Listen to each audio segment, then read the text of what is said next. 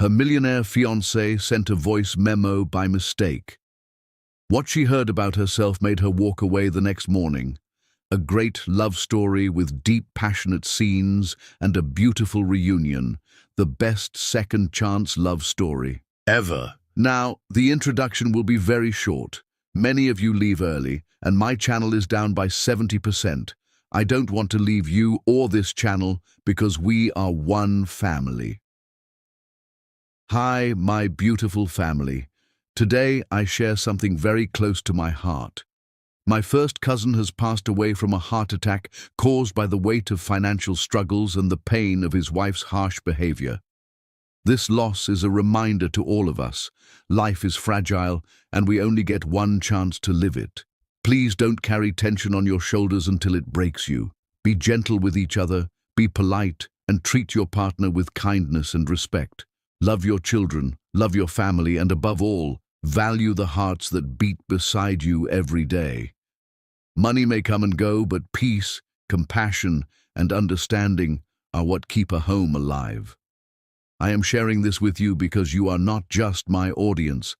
You are my family. I never want you or your loved ones to face such pain. If your heart is true, right, present. If your love is real, right, I am with Mr. Peter. Let's start today's story with love for my family. Destiny has a peculiar way of announcing itself, sometimes through whispers, sometimes through earthquakes that realign the cosmos of two unsuspecting hearts. The Baccarat crystal flute exploded against the Italian marble like a starburst, champagne cascading in golden arcs across Abigail Peters' midnight black Vera Wang. She lifted her gaze from the destruction to discover herself drowning in the most impossibly azure eyes she'd encountered in her 28 years of careful living. "Christ, I'm mortified," the stranger breathed, his voice carrying traces of old money and new vulnerability that made every nerve ending in her body suddenly hyper-aware.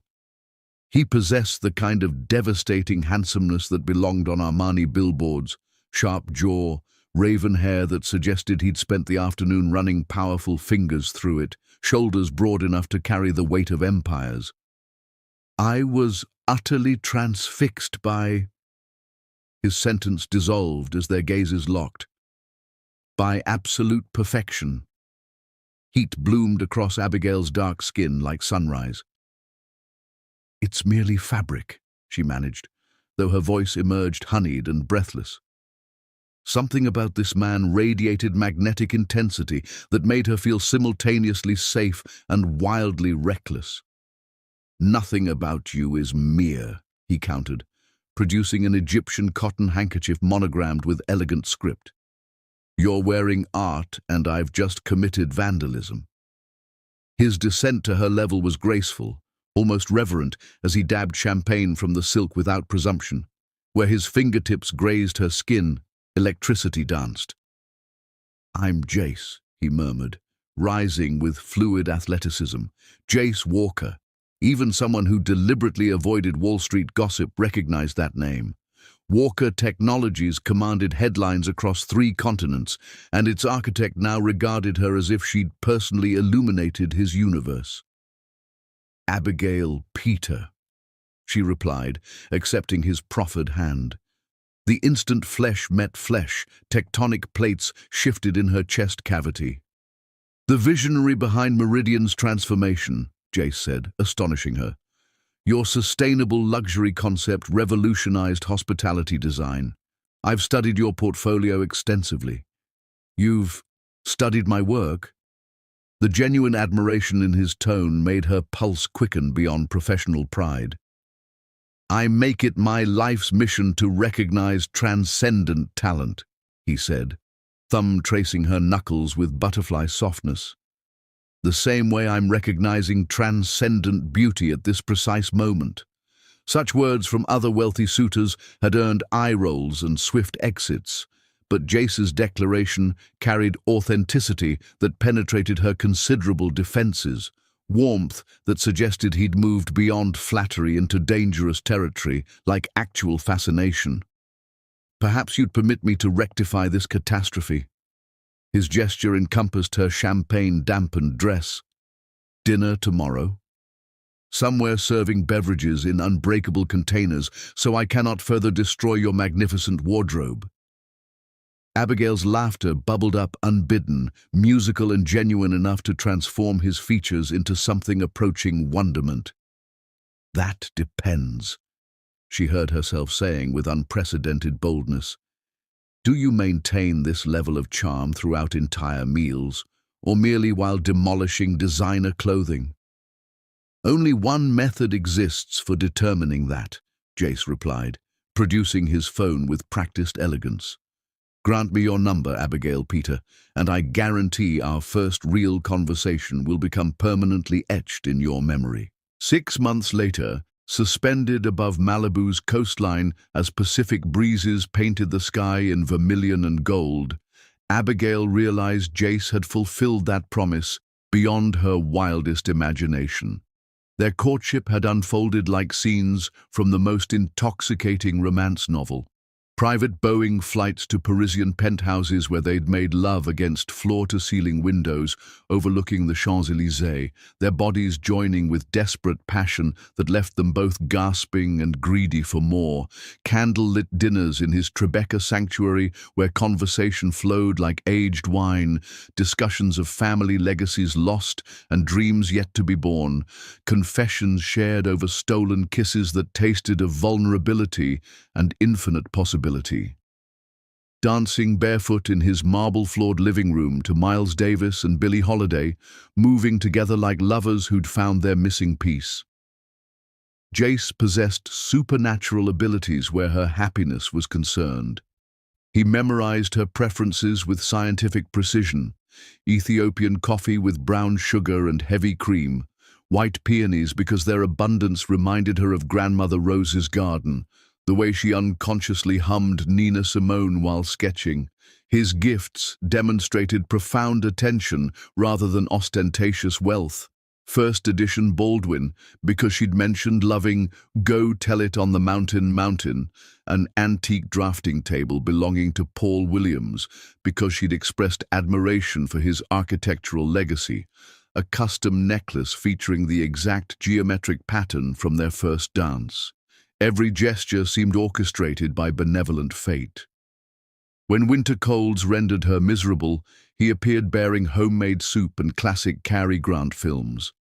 When demanding clients tested her patience, he listened for hours while massaging tension from her shoulders, offering insights that reminded her why she'd chosen her profession. When grief ambushed her, parents lost too young in rain-slicked intersections, he simply held her, sharing stories of his own premature orphaning until tears transformed into healing. "Abigail," Jace said now, his voice barely penetrating the helicopter's mechanical symphony. He knelt on the platform's edge, cradling a Tiffany box containing a diamond so magnificent it seemed to have captured the entire sunset within its crystalline heart. "From our first collision, you revolutionized my existence," he continued, sapphire eyes blazing with emotion that made her knees unsteady. "You've inspired me toward unprecedented greatness, transformed me from someone who merely survived into a man worthy of extraordinary love. You've illuminated territories in my soul I never knew remained shrouded in darkness."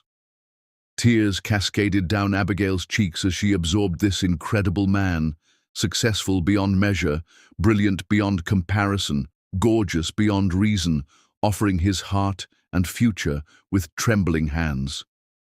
"I'm captivated by your strength, your creativity, your laughter that could resurrect joy in morgues," Jace declared, voice cracking with raw emotion. "I worship how you perceive beauty in everything, how you transform sterile spaces into sanctuaries, how you make everyone around you feel valued and heard. I treasure how you challenge me toward excellence, never permitting me comfortable mediocrity." "Jace," she whispered, overwhelmed by the intensity crackling between them. "Abigail Peter, will you marry me? Will you become my wife, my partner, my queen for whatever years remain to us? Will you allow me to spend each dawn proving I'm worthy of your miraculous love?" "Yes," she breathed, then shouted over the rotor wash, "Yes, yes, eternally yes!" Jace's hands shook as he slipped the platinum band onto her finger, then swept her into his arms. Their kiss contained multitudes, desperate passion like their first encounter, tender promise like their private moments, fierce devotion like their shared dreams. The helicopter pilot diplomatically studied his instruments while they held each other against nature's spectacular backdrop, the diamond catching final sunbeams and scattering rainbows across their entwined hands. "I love you," Jace murmured against her lips, fingers tangling in her silk press. "Beyond comprehension, beyond logic, beyond every limit I thought constrained human emotion." "I love you completely," Abigail responded, heart expanding until she thought her ribcage might crack from containing such bliss. "Forever and always, through every storm and sunshine." "Forever and always," he echoed, spinning her as city lights began twinkling below like earthbound stars. "My queen." During their return flight, Abigail's hand nestled in Jace's, while Los Angeles glittered beneath them. She felt like destiny's most favored daughter. She was engaged to a man who cherished her utterly, who regarded her as his equal, who made her feel like sovereignty incarnate. Together they would construct an empire, not merely of financial success, but of love and family and dreams made manifest. She possessed no foreknowledge that in 3 weeks, a single misdirected voice message would detonate this perfect love story into irreparable fragments, revealing the man she planned to marry had been performing the most elaborate deception of all. She remained blissfully unaware that the fairy tale currently unfolding was nothing more than a sophisticated business strategy, and she merely another asset requiring acquisition and management. But suspended in this moment, soaring above the city with the man she loved beyond reason, Abigail Peter believed with every fiber of her being that she was living the opening chapter of the greatest love story ever written.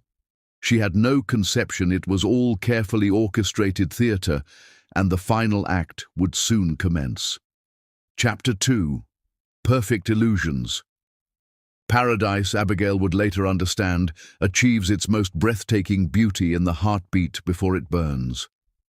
The Walker estate commanded 15 acres of Connecticut's most coveted real estate, its Georgian revival mansion rising from emerald gardens like something conjured from Architectural Digest's most ambitious fantasies. Standing in the master suite's bay window, watching movers orchestrate her belongings' integration with Jace's, Abigail experienced homecoming so profound it seemed cellular. "That eastern wing will serve as your creative sanctuary," Jace murmured, arms encircling her from behind while his breath warmed her neck with familiar intimacy. "Floor-to-ceiling windows ensure optimal natural light throughout the day. I commissioned those industrial-grade drafting tables you coveted from that Soho antique dealer." Abigail melted against his solid chest, marveling at their physical harmony. "You anticipate my every need," she sighed, rotating in his embrace to brush grateful lips across his jaw. "Where you're concerned, yes," he replied, pressing kisses along her throat that generated cascading shivers. "I'm determined you'll flourish here. I need this to become our sanctuary, not merely my residence, but the foundation where we'll build our legacy." And flourish she did. Throughout the following weeks, Abigail transformed the mansion into their personal Eden with the same passion she brought to her most prestigious projects. She softened Jace's stark contemporary aesthetic with warm earth tones and rich textures, infusing spaces with personality and soulfulness. Deep burgundies and golden ambers warmed sterile white expanses. Luxurious furniture in jewel-toned velvets replaced austere leather minimalism. The forbidding dining room grew intimate beneath candlelight and arrangements of flowers she personally cultivated. The sterile great room became inviting with cashmere throws and coffee tables scattered with photography books, evidence of lives truly lived. Their master bedroom became pure romance, decorated in midnight blues and champagne golds that celebrated both their complexions beautifully. She hung gossamer panels that filtered morning light into something magical, arranged pillar candles on every surface, filled crystal vases with peonies and garden roses that perfumed their nights with intoxicating sweetness. "You've performed alchemy here," Jace declared one evening as they hosted their inaugural dinner party. The mansion glowed with warmth and sophistication, while their guests, his corporate associates mingling seamlessly with her artistic circle, moved through transformed spaces with obvious appreciation. "This feels authentically alive now, like a real home where real people experience real love." "We've performed alchemy," Abigail corrected, squeezing his hand beneath the table. "Everything I create here serves our shared vision." Those words caused Jace's smile to falter momentarily, so briefly she nearly missed the shadow crossing his features. But then he was kissing her temple and murmuring gratitudes, and she dismissed that flicker of something troubling. Their engagement dominated New York's social stratosphere. Their love story featured across magazines and blogs as the romance defining their generation. Photographers captured them at gallery openings and charity benefits, always touching, always laughing, obviously intoxicated by each other's presence. Media outlets celebrated their narrative, the tech mogul and the visionary designer, their interracial romance positioned as evidence that authentic love transcended all boundaries. "Power couple perfection," proclaimed one magazine spread featuring images from a United Way fundraiser. Abigail radiated in a custom gown inspired by African kente patterns, while Jace gazed at her like she'd personally rearranged the constellations for his pleasure. Wedding preparations consumed their evenings and weekends with delicious anticipation. They'd selected a Tuscan villa for the ceremony, a romantic setting overlooking ancient vineyards and silver-leafed olive groves that would bloom with wildflowers come June. Abigail designed every detail personally, invitations incorporating delicate gold leaf and roses honoring her grandmother's memory, floral cascades that would transform every surface, even her gown, an exquisite creation requiring 6 weeks and 4 seamstresses in Milan to achieve her vision. 200 guests, she mused one evening as they reviewed lists while intertwined in their silk-sheeted bed. "Does that seem excessive?" "For you, I'd invite every soul on earth," he replied, though again something indefinable flickered across his expression. "Some of my business associates might find your artistic friends culturally challenging." "Like Hannah Williams." Abigail noted the name while studying his face. "Your marketing director?" "Senior marketing executive," Jace corrected with suspicious swiftness, his caressing hand pausing on her bare shoulder. "She's been integral to company operations for years, extremely results-oriented, focused." Abigail had encountered Hannah briefly at several functions, a striking woman with platinum hair, emerald eyes, sharp as scalpels, and wardrobes that suggested European shopping sprees. She projected competence and professionalism, albeit with an underlying frost that made Abigail perpetually uncomfortable. "She seems to regard me with particular coolness," Abigail observed diplomatically. "Hannah maintains distance with everyone initially," Jace deflected, resuming his gentle caresses. "Don't interpret it personally. She's protective of company interests, which naturally extends to protecting me. She's witnessed too many corporate leaders destroyed by inappropriate romantic entanglements." Something about his explanation felt incomplete, triggering whispers of intuition Abigail couldn't quite name. But she was orchestrating her dream wedding to her soulmate. She refused to let paranoia contaminate that joy. Besides, Jace demonstrated devotion through countless daily gestures. He brought Ethiopian coffee prepared exactly to her preferences each morning, staying to steal kisses while she planned her day. Fresh flowers appeared in her studio daily, not expensive florist arrangements, but wildflowers he personally gathered during dawn runs. He never missed opportunities to praise her brilliance, her beauty, his gratitude for finding her. When client projects demanded late nights, he'd arrive bearing dinner and offering shoulder massages, listening to her work through design challenges while providing surprisingly insightful suggestions. When nightmares about her parents' accident haunted her sleep, trauma that sometimes resurged despite years of therapy, Jace held her through the darkness until dawn banished the demons. "I want us to start our family immediately," she confided one night as they lay entwined beneath Egyptian cotton, moonlight silvering their skin through gauze curtains. "I want our children raised in this house, surrounded by this love. I want them experiencing what it means to have parents who adore each other openly." "How many children do you envision?" Jace asked, voice strangely constricted, though she was too lost in maternal fantasies to notice. "3, perhaps 4, Abigail mused dreamily, fingertips tracing patterns across his chest. "I want this mansion filled with laughter and beautiful chaos and boundless love. I want to give them everything I lost when my parents died: stability, security, parents who demonstrate their devotion daily." "That sounds idyllic," Jace agreed, though his arms tightened around her almost possessively. "You'll be an extraordinary mother. Nurturing, protective, inspiring. And you'll be the father who teaches them to reach for stars while keeping their feet grounded," Abigail replied, pressing grateful kisses to his chest. "The Walker legacy will transcend mere business success. It'll represent love, family, building something genuinely meaningful." In darkness, Jace's jaw clenched with tension Abigail couldn't observe.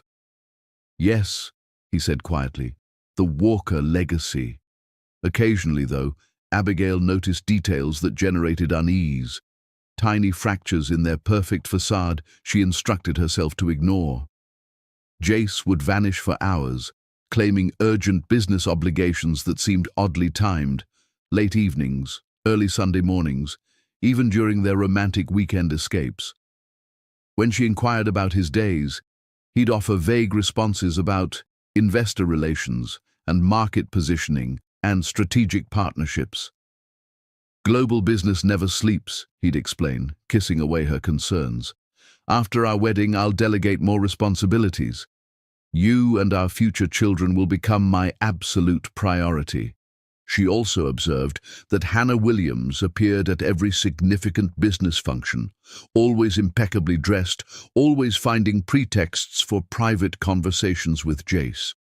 Their interactions seemed intense, intimate even, filled with knowing glances and inside references that made Abigail feel excluded from her own relationship. "She appears quite invested in company operations," Abigail mentioned one evening following a charity gala where Hannah had monopolized Jace's attention for nearly an hour. "She's ambitious, probably positioning for advancement." Jace laughed dismissively, drawing Abigail closer as their limousine glided through Manhattan traffic. "I barely register her presence, honestly. My attention is completely consumed by my gorgeous fiancé." Abigail desperately wanted to believe him. She did believe him, because when Jace looked at her, when he touched her, when he whispered her name during their most intimate moments, she felt like the only woman in existence. Surely love this consuming, this transformative, couldn't be constructed on deception. As their wedding approached, merely 3 weeks distant, Abigail felt nothing but anticipation and bliss. Dress fittings were flawless, venues were confirmed, flowers were ordered. She'd found her soulmate, her partner, her king. Soon she would become Mrs. Jace Walker, and their authentic life together would commence. She possessed no knowledge that across town, in a luxury apartment she'd never glimpsed, Jace was meeting with Hannah Williams to finalize strategies that would obliterate everything Abigail believed about their love. The trap was armed, the bait accepted, and Abigail Peter, brilliant, beautiful, trusting Abigail, was about to discover that even the most perfect love stories could be built on the most devastating lies. Chapter 3. shattered glass. Truth arrives wearing love's voice, making betrayal a knife that cuts deeper than any stranger's blade. Abigail was humming "At Last" while arranging white roses in the mansion's foyer when her phone buzzed. She saw Jace on the screen and smiled, but instead of his usual call, there was a voice message. Strange. He always called directly when traveling. He was in Chicago on business, another one of those mysterious trips that had become more frequent as their wedding approached. She missed him terribly. 3 days felt like 3 years when they were apart. The roses were for their upcoming engagement party, the final celebration before their Tuscan wedding. She'd spent hours selecting each bloom, wanting everything to be perfect for the guests who would toast their love story. The irony of that phrase would haunt her forever. Smiling, she pressed play, expecting to hear his warm voice telling her he loved her, that he missed her, maybe something romantic about counting the hours until he could hold her again. Instead, she heard something that made her blood turn to ice. "Emma, listen. I want only a baby from her, that's all she's good for." Jace's voice, but stripped of warmth, purely transactional. "Hannah can't give me children because of that car accident damage, and I need an heir for the Walker legacy. The board's getting antsy about succession. Grandfather's will is explicit, no heir by 40, and the company goes to charity." Abigail's hand trembled as she gripped the phone. This had to be a mistake, a wrong number, anything but what it sounded like. She pressed the phone closer to her ear, praying she'd misheard. "Abigail's perfect for this," Jace continued, his voice matter-of-fact, discussing her like she was a business acquisition. "Beautiful, intelligent genes, excellent breeding potential. She'll produce gorgeous babies with the right bloodline, and she's so completely in love with me, she'll never suspect that this whole relationship has been orchestrated from the beginning." The roses fell from Abigail's numb fingers, scattering across the marble floor like drops of blood. Her legs gave out, and she sank down among the petals while her world shattered around her. "The prenup is ironclad. She gets 50 million if we divorce, which is more than generous for 2 years of marriage. Once she gives me a son, I'll wait a respectable year or 2, then file for irreconcilable differences. Hannah and I can finally get married, and I'll have my heir and my company. It's perfect, Emma, a business arrangement disguised as the greatest love story ever told." Abigail sank to the floor among the scattered roses, her entire world crumbling around her. Her engagement ring, that massive symbol of what she thought was his devotion, suddenly felt like a shackle around her finger. "The best part is how easily she fell for it," Jace's voice continued, each word a knife to her heart. A few romantic gestures, some pretty words about her being extraordinary, and she was completely hooked. "She actually believes I love her. She talks about wanting 4 children. Can you imagine? Sometimes I almost feel sorry for her. She has no idea she's just a vessel for the Walker bloodline."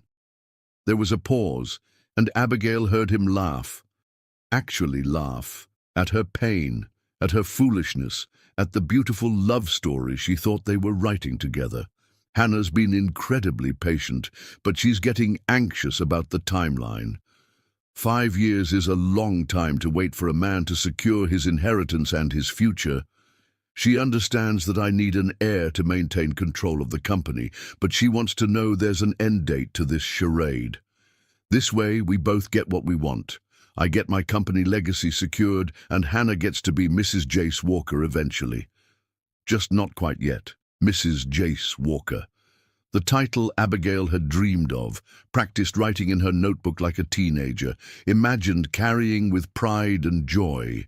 Now it felt like a cruel joke, a consolation prize for the woman who would get the real version of the man Abigail thought she knew. The timing has to be perfect, though. I need Abigail pregnant within the first 6 months of marriage. Can't risk her getting suspicious if it takes too long. I've been tracking her cycle using that fertility app she downloaded. She ovulates next week, right after we get back from the honeymoon in Santorini. I'll make sure we're very enthusiastic during that window. Abigail doubled over, physically sick. That app, she'd shown it to him excitedly, talking about planning their family, and he'd seemed so interested, so supportive. Now she realized he'd been studying it like a scientist, calculating the optimal time to impregnate his chosen broodmare. Every intimate moment they'd shared, every whispered endearment, every passionate night, it had all been performance art. She was nothing more than a prize heifer in his twisted business plan, valued only for her genetic material and her fertility. She's already talking about wanting 4 children. Jace continued with another laugh that made Abigail's skin crawl. I'll give her 1, maybe 2 if the first is a girl. But once I have my son, once the Walker legacy is secure and the board stops questioning my commitment to family values, I'm done with this charade. Hannah and I can finally stop pretending, and Abigail can disappear with her divorce settlement and whatever dignity she has left. The casual cruelty in his tone was breathtaking. He spoke about discarding her like she was office furniture that had outlived its usefulness. The children she dreamed of raising with love, he saw them as products to be delivered according to contract specifications. You should see how she lights up when she talks about our future kids, Jace continued, and Abigail could hear papers rustling in the background. She's already designed a nursery, picked out names, planned family vacations. It's almost sad how invested she is in a fantasy that'll never happen. Those dreams, those precious hopes she'd shared with him in their most intimate moments, he'd been cataloguing them like data points, probably reporting back to Hannah about how thoroughly he'd manipulated her heart.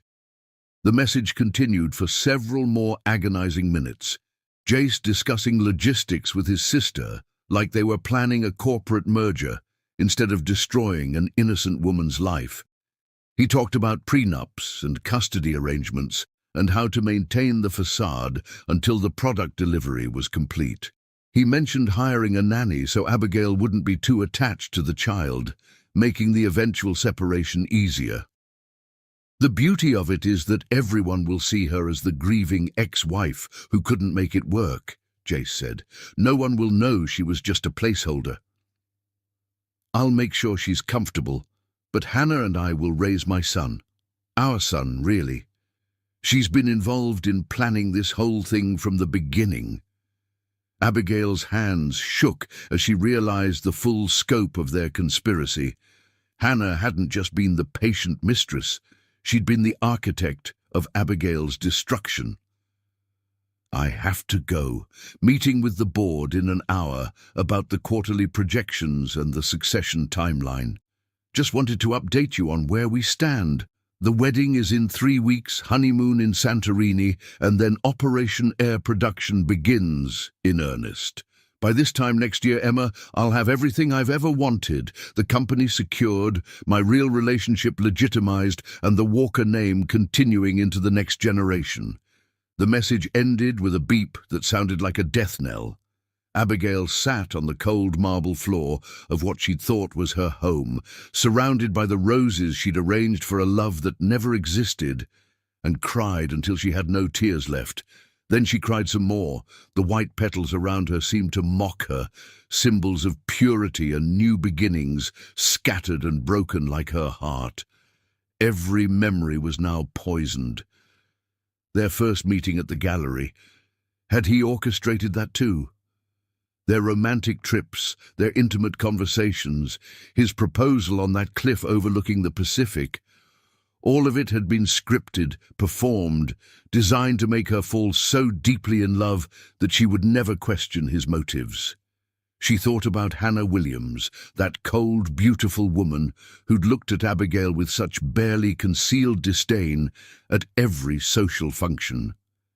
Now she understood why. Hannah had been watching Abigail fall in love with her man, knowing it was all temporary, knowing she was just a placeholder until the real plan could unfold.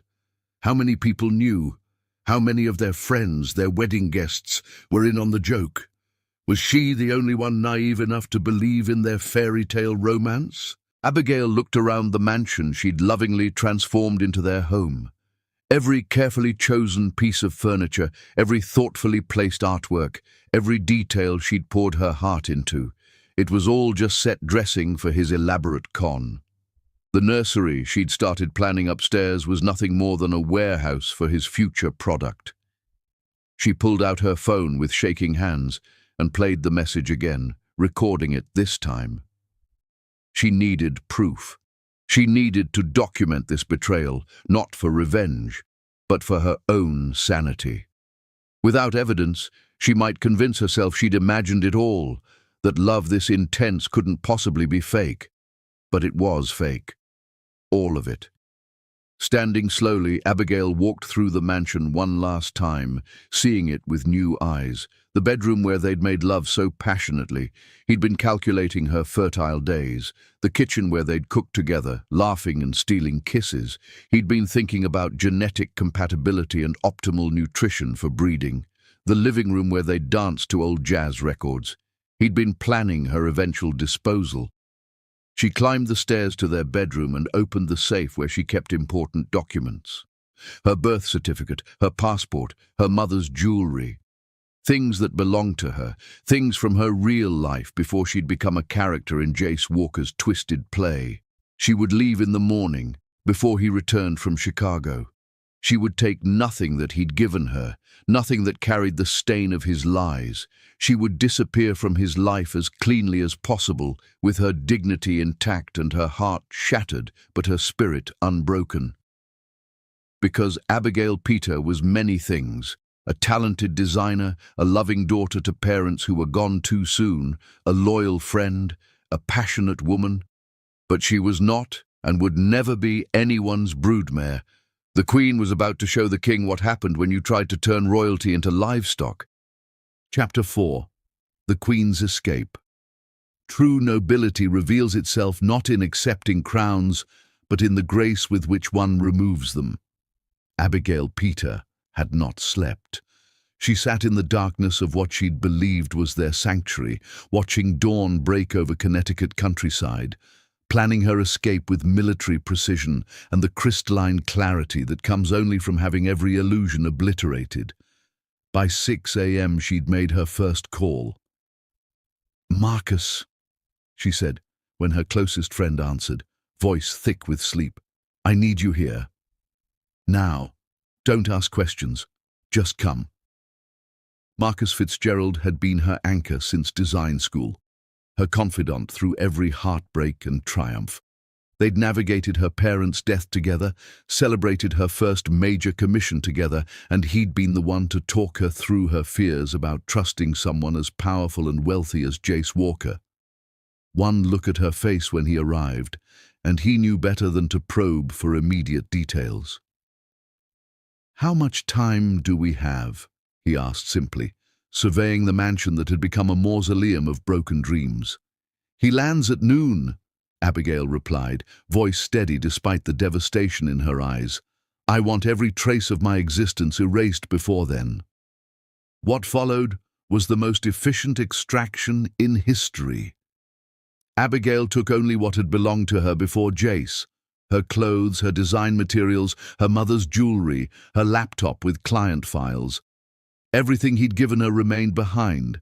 Designer gowns purchased for various galas, expensive jewelry he'd surprised her with, just because, commissioned art pieces for her studio, even custom furniture they'd selected together for their bedroom. She moved through the house like a spectre, erasing every trace of her presence with methodical precision. Throw pillows she'd chosen were removed and stored in closets. Warm lighting she'd installed was replaced with original harsh fixtures. Fresh flowers were discarded, candles packed away, personal photographs taken down and placed in a box for his discovery. "Abigail," Marcus said gently as she dismantled what had been her life. "What happened?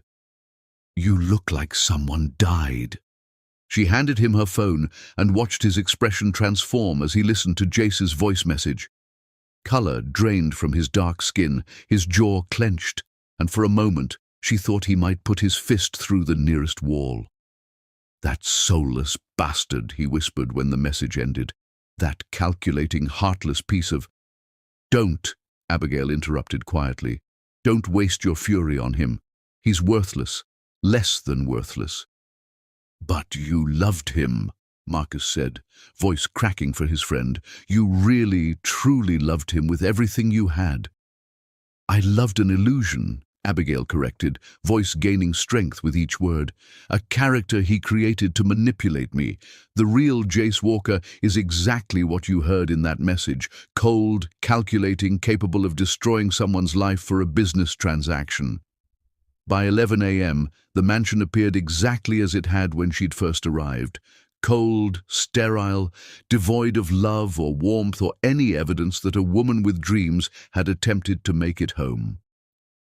Abigail took one final walk through the rooms, bidding farewell to the life she'd thought she was building. In the master bedroom, she opened the jewelry box and removed every piece Jace had given her. The engagement ring returned to its velvet case, placed carefully on his pillow where he couldn't possibly miss it. Diamond earrings, pearl necklaces, tennis bracelets he'd surprised her with after their first argument, all returned to their proper places. The only thing she kept was a simple gold locket her mother had given her, which she'd worn on their first date. Even that felt tainted now. But it was hers, from before him, and she wouldn't let him steal her mother's memory too. On the massive dining room table where they'd hosted their engagement party, where she'd dreamed of serving Christmas dinner to their children, Abigail left 3 items: the engagement ring in its pristine box, her house keys, and a single sheet of paper with 8 words written in her elegant script. "I am not a broodmare. I am a queen." No explanation, no accusation, no plea for him to call her or fight for her. Just a simple statement of fact that would communicate everything he needed to understand. As Marcus loaded her single suitcase into his car, Abigail took one last look at the Walker estate. Somewhere in this mansion was a master suite where she'd believed herself cherished, a studio where she'd designed their future, a kitchen where she'd imagined cooking for their children. All illusions, all lies. "You don't have to be strong right now," Marcus said as they drove away, the mansion disappearing in the rearview mirror. "Not with me. You can fall apart if you need to." "Yes, I do," Abigail replied, spine straight, chin high, "because if I break now, I might never put myself back together. And I refuse to let him destroy me." They drove in silence to Marcus's apartment in the city, where Abigail would stay until she determined her next move. She'd already made some decisions during her sleepless night. She was leaving New York, leaving the life she'd built here, starting over somewhere Jace Walker couldn't find her and corrupt with his money and influence. Her phone had been buzzing incessantly since they left the estate, Jace's assistant wondering where she was, the wedding planner needing final decisions for a wedding that would never happen, friends wanting to confirm details for the rehearsal dinner she would not be attending. Abigail turned off the phone and removed the SIM card. That life was over. Those people, except for the precious few who truly mattered, belonged to the illusion she'd been living.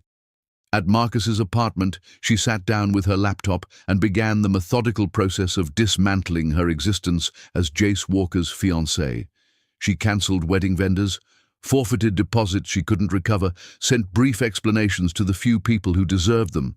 To her maid of honor, she wrote, "The wedding is cancelled. I discovered some things about Jace that made marriage impossible. I'm fine, just need space to process. Will call when I can." To her business partner, taking an indefinite leave of absence. "Handle active projects however you see fit. I trust your judgment completely." To the wedding planner, "The wedding is cancelled. Mr. Walker will explain and handle all financial obligations." She was thorough, professional, and utterly final in every communication. By evening, her phone was exploding with calls and texts from numbers she recognized. Jace, his assistant, his sister Emma, mutual friends who'd heard about the cancelled wedding. She deleted them all without reading them, without listening to the voicemails that poured in by the dozens. The only message she acknowledged was one that came through Marcus's phone at 6 p.m. It was from Jace, his voice panicked and desperate, so different from the cold calculation she'd heard in his message to Emma. "Abigail, please, I don't understand what's happening. I came home, and you're gone.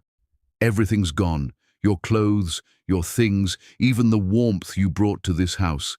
There's just a ring and a note that doesn't make sense. Please call me. Please come home. We can fix whatever's wrong. I love you. I love you so much. It's killing me that you're not here."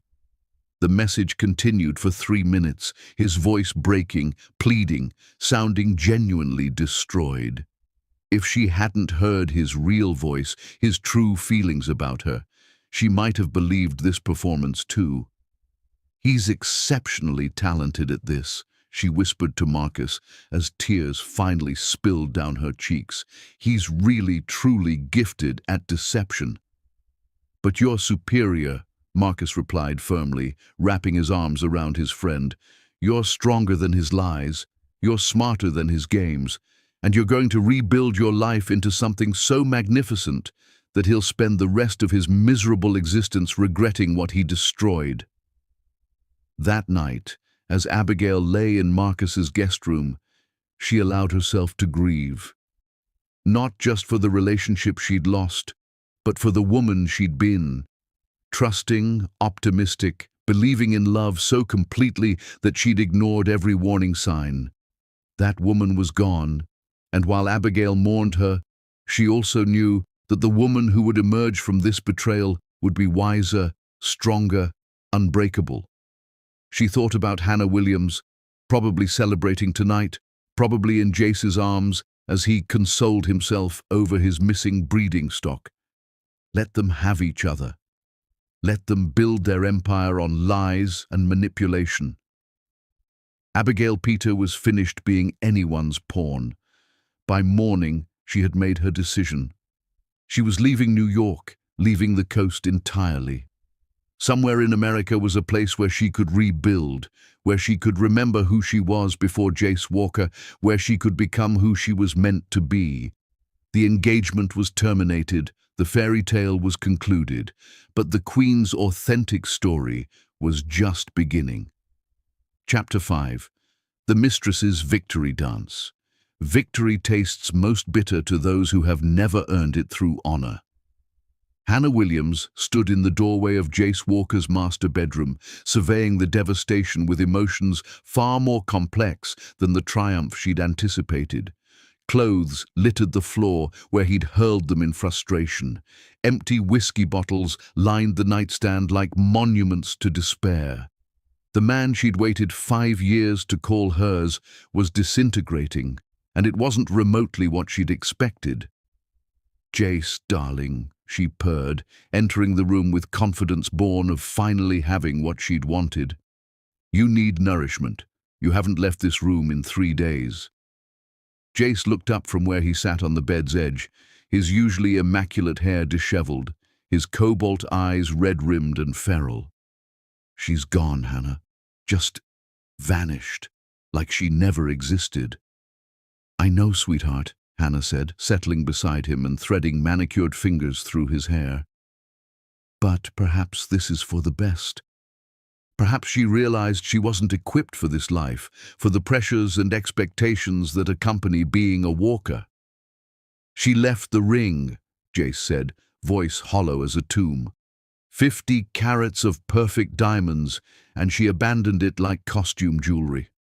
What kind of woman walks away from 50 carats and $50 million? The kind of woman who discovered your actual plan, Hannah thought, but didn't voice. She'd been wondering for days if Abigail had somehow uncovered their arrangement. The timing was too clean, too surgical. Women in love didn't just evaporate without explanation, especially not women planning dream weddings 3 weeks away. "She left a note," Jace continued, retrieving the crumpled paper from his pocket for the 100th time. "I am not a broodmare. I am a queen. What does that even mean?" Hannah's blood turned arctic. Those words were too specific, too pointed. Abigail knew. Somehow, some way, she had discovered the truth about their 5-year conspiracy. "It means she's theatrical," Hannah said quickly, taking the note and crumpling it further. "Artists are like that. They overdramatize everything, create problems where none exist. She probably got cold feet about the wedding and is trying to make it sound noble." But even as she spoke, Hannah felt growing unease. She'd waited 5 years for this moment, 5 years of being Jace's secret, his hidden lover, his shameful little secret. 5 years of watching him parade other women in public while she remained in shadows, understanding that she was the woman he wanted but could never have if he wanted his grandfather's company. The Walker family legacy came with conditions, antiquated stipulations requiring the heir to marry appropriately, produce children, present the image of American dynastic success. Hannah Williams, with her working-class background and inability to bear children due to injuries from a college car accident, didn't fit their mold. But Abigail Peter, beautiful, accomplished, fertile Abigail, had been perfect for their purposes. It had been Hannah's idea, actually. She'd researched dozens of potential candidates, women who met the Walker board's expectations and could give Jace the heir he needed to maintain company control. Abigail had topped every list, successful in her own right, gorgeous, from respectable family, and romantic enough to fall completely for Jace's considerable charm. The plan had been flawless. Jace would marry Abigail, impregnate her quickly, and then, after a respectable period of playing devoted husband and father, divorce her quietly with generous settlement. Hannah would wait patiently, understanding, until she could finally step into the light as Mrs. Jace Walker. What Hannah hadn't anticipated was how thoroughly Jace would immerse himself in the devoted fiancé role. She'd watched him with Abigail at social events, observed the way he looked at her, touched her, spoke to her. If Hannah didn't know better, she'd think he'd actually fallen in love with his mark. "You're obsessing over someone who clearly didn't appreciate what you offered her," Hannah said now, wrapping her arms around Jace's shoulders. "I'm here. I've always been here. I'm the one who understands your world, your pressures, your needs. I'm the one who helped you solve the succession problem." Jace turned to look at her, and for a moment, Hannah saw something that made her heart race with hope. Need, desperation. The same look he used to give her before Abigail Peter entered their lives and complicated everything. "You're right," he said slowly. "You've been patient. You've been loyal. You've waited for me when any other woman would have moved on to someone who could offer her more." "I love you," Hannah whispered, the words she'd been holding back for months finally spilling out. "I've loved you through everything. Through her." Jace pulled her closer, burying his face in her neck. Hannah closed her eyes and savored the moment. Finally, she had him back. But as days passed, Hannah began realizing that having Jace physically wasn't the same as having his heart. He went through the motions of their relationship, taking her to dinner, sleeping beside her, introducing her to business associates as his companion, but something fundamental was missing. He would stare out windows for hours, lost in thought. He hired 3 different private investigators to find Abigail, claiming he needed closure. He kept Abigail's engagement ring in his desk drawer, taking it out and staring at it when he thought Hannah wasn't looking.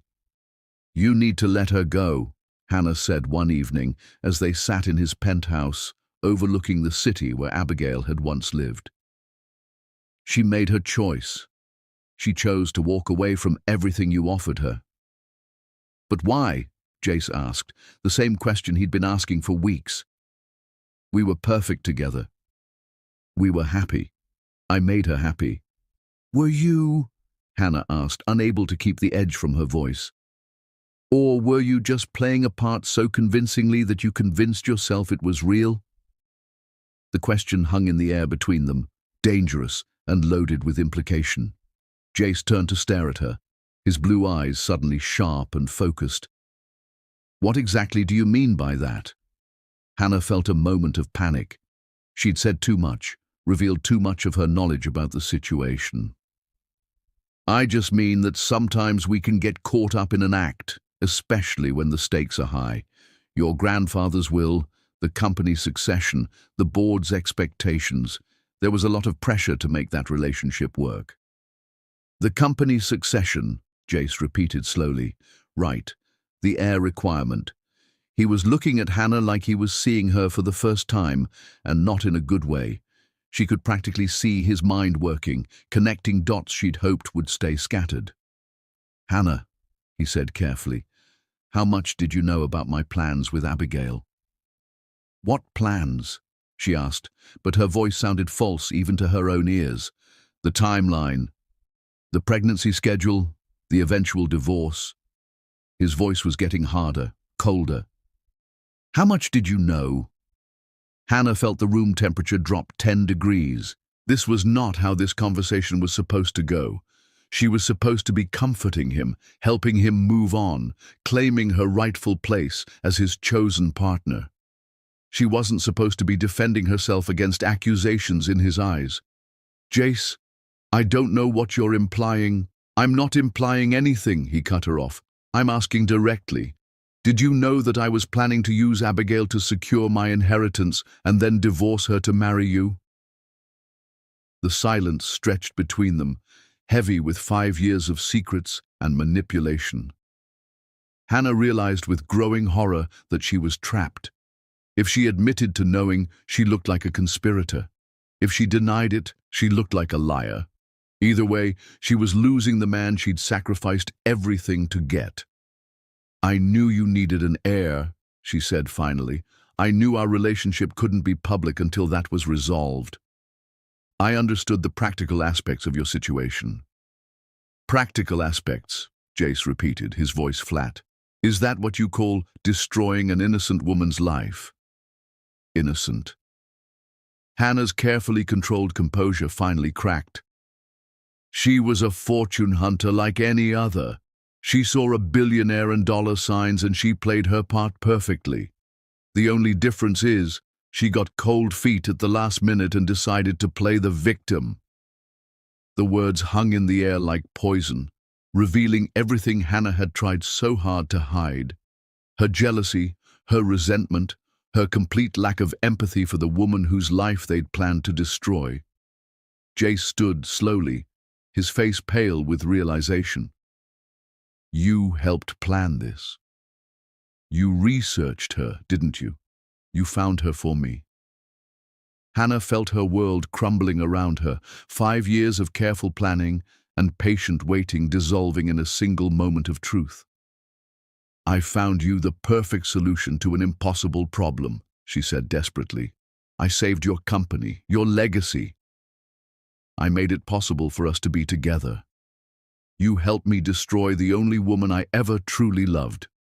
Jace said, his voice broken. "Get out!" "Jace, please, get out!" he roared, his control finally snapping completely. "Get out of my home! Get out of my company! Get out of my life!" As Hannah fled the penthouse, her victory turned to ash in her mouth. She realized she'd made one crucial miscalculation. She'd assumed that Jace's feelings for Abigail were part of the performance, that his heart belonged to her just as hers belonged to him. But she'd been wrong. Somewhere in the process of pretending to love Abigail Peter, Jace Walker had actually fallen in love with her. And now Hannah had lost not just the man she'd waited 5 years for, but also the only home she'd known in his company and his world. The mistress had won the battle but lost the war, and she was finally beginning to understand the true cost of her hollow victory. Chapter 6. The Billionaire's Breakdown. A throne without its queen is merely an empty chair. A king without his heart is simply a man drowning in his own crown. Jace Walker stood in his corner office atop Walker Technologies' gleaming tower, gazing at Manhattan's sprawling skyline without truly seeing any of it. 2 months had passed since Abigail vanished, and he had transformed into a man possessed by ghosts of his own making. "Mr. Walker?" His assistant Jennifer knocked tentatively on the door. The quarterly board meeting begins in 10 minutes. Cancel it, Jace said without turning from the window, his voice carrying the hollow timbre of exhaustion. Sir, you've cancelled the last 4 board meetings. Mr. Patterson is threatening to convene an emergency session to discuss your capacity to lead the organization. Capacity to lead. The irony tasted bitter as aged copper. He'd spent his entire adult life proving his worthiness to helm the Walker Empire, manipulating and scheming to secure his birthright. Now that he finally possessed everything he'd thought he desired, he couldn't summon the will to care about any of it. Tell Patterson he can go straight to hell, Jace said, finally pivoting from the window. Tell them all they can rot in their own greed. The company that was more important than love can survive without me for a few more days. Jennifer shifted uncomfortably, clearly recognizing the dangerous edge in his tone. Sir, there's also been another call from Richmond Investigations. They have a progress report on the search for Miss Peter. That penetrated his fog immediately. He spun around, eyes blazing with hope and desperation that had become his constant companions. Put them through! Immediately. The call lasted 15 excruciating minutes, each word another nail in the coffin of Jace's sanity. Yes, they'd located her. No, she wouldn't see him. She'd made it crystal clear to everyone in her new life that she was not to be contacted by anyone from her past, especially not Jace Walker. She'd hired attorneys to send cease and desist letters, threatening harassment charges if he continued his attempts to reach her. Where is she? Jace demanded, his hand shaking as he gripped the phone. I cannot divulge that information, Mr. Walker. She's made it legally clear that any further contact would constitute stalking. My professional advice is to move forward with your life. After disconnecting, Jace swept everything off his desk in a fury, papers scattered like confetti, his computer monitor crashed to the marble floor, and his grandfather's photograph, the man whose approval had driven every decision Jace had ever made, shattered against the wall. He'd hired the best private investigators money could buy. He'd called in favors from contacts across the country. He'd even considered using Walker Technologies' considerable resources to track her down, though some remaining fragment of decency had prevented him from crossing that line. But every lead hit the same wall. Abigail Peter had disappeared as completely as if she'd never existed, and she'd built legal barriers around herself like a fortress, making it abundantly clear that Jace Walker was persona non grata in her new world. The irony wasn't lost on him. He'd spent months calculating how to use her, manipulate her, ultimately discard her. Now she'd discarded him first, and he was the one left shattered, desperate, unable to function without the woman he'd planned to treat as disposable. His phone buzzed with yet another message from Hannah, begging him to reconsider, to let her explain, to give them another chance. He deleted it without reading it, just as he'd deleted the previous 150. Hannah Williams was a reminder of the worst part of himself, the calculating predator who'd thought he could engineer love like a corporate merger. The worst part was the dreams. Every night, Jace was tormented by memories that felt more real than his waking hours. Abigail laughing at something he'd said over dinner at their favorite restaurant in Little Italy. Abigail curled against his chest in their bed, tracing lazy patterns on his skin with her fingertips, while she told him about her day. Abigail in her wedding dress during the final fitting, spinning around in their bedroom and asking if he thought she looked like a princess. You look like a queen, he'd told her, and he'd meant it. When had the performance become real? When had the woman he'd chosen as a means to an end become the center of his entire universe? Mr. Walker? Jennifer's voice came through the intercom again. Your sister is here. Emma Walker Morrison swept into his office like a force of nature, her heels clicking sharply on the marble floor. She took one look at the destruction around his desk, at her brother's hollow eyes and unkempt appearance, and shook her head in disgust. You look like hell, she said without preamble. Thanks for the pep talk, Jace replied, slumping into his chair. What do you want, Emma? I want to know what's wrong with you, his sister said, settling into the chair across from his desk. You've been acting like a madman for months. The board is talking about removing you as CEO. The stock price has dropped 25% because investors are worried about your mental state. And frankly, so am I. Jace looked at his sister. Successful, brilliant, married to a man who adored her and raising 3 children who thought she hung the moon. Everything he'd thought he wanted, everything he'd tried to engineer with Abigail. Do you love Richard? He asked suddenly. Emma blinked, clearly not expecting the question. Of course I love Richard. What kind of question is that? But did you always love him? Or did it grow over time? Jace, what does this have to do with? Just answer the question. Emma studied her brother's face, seeing something there that made her choose her words carefully. I was attracted to Richard first. Then I liked him. Then I respected him. Then I fell in love with him. It was a process, not a lightning bolt. Love that lasts requires foundation building. Why? A process, Jace repeated. Something that built over time, based on getting to know each other's authentic selves. Yes. Why are you asking me this? Jace was quiet for a long moment, staring at his hands. When he spoke, his voice was barely above a whisper.